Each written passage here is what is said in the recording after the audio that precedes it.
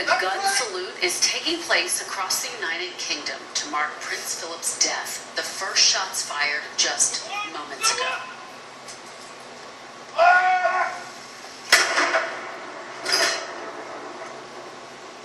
An emotional salute there. 41 rounds will be fired, 1 round every minute at various spots across the UK.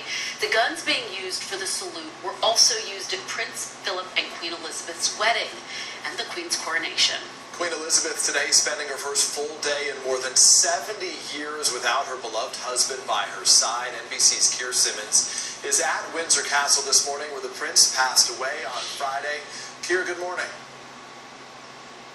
Peter, Kristen, good morning to you. The front pages of the British newspapers this morning emblazoned with pictures of Prince Philip and with pictures of the Queen and Prince Philip. And just look there at the way that she gazes at him adoringly. The Daily Mail this morning reporting that only Prince Harry will travel here for the funeral. NBC News has not confirmed that, but it might make sense. Meghan, of course, is pregnant. The day of the funeral may be announced today.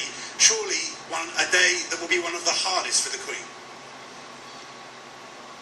The Queen has never been Queen without Prince Philip.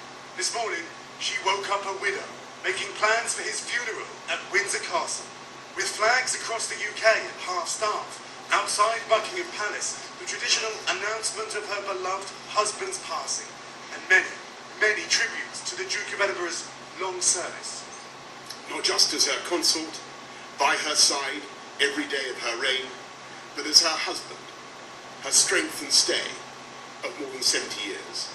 Condolences from Australia's Prime Minister, New Zealand's Jacinda Ardern, and Canada's Justin Trudeau, calling him a man of conviction. And on British television overnight, Prince Philip's children paying tribute in pre-recorded interviews.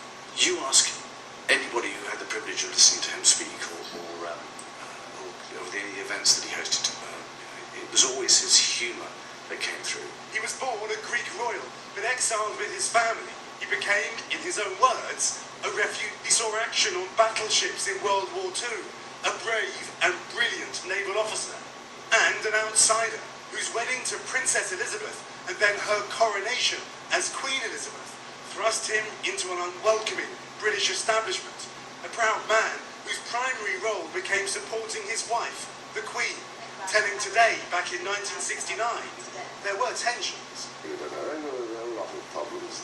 Inevitably, it's an awkward situation to be in. There were strains in public too. He had a famously blunt style. Through the years, he met presidents from Truman to Obama. President Biden saying, Jill and I are keeping the Queen and Prince Philip's children, grandchildren, and great-grandchildren in our hearts. But it is the Queen's own words to her husband and consort that best explains the man she will miss so much. He is someone who doesn't take easily to compliments, but he has quite simply been my strength and stay all these years. Prince Philip always walked behind Queen Elizabeth. You could say he had her back. Now, she must lead alone. Rude, even racist. He would have accepted us mentioning that. He loved plain speaking. He hated the culture where people just tried to make each other comfortable.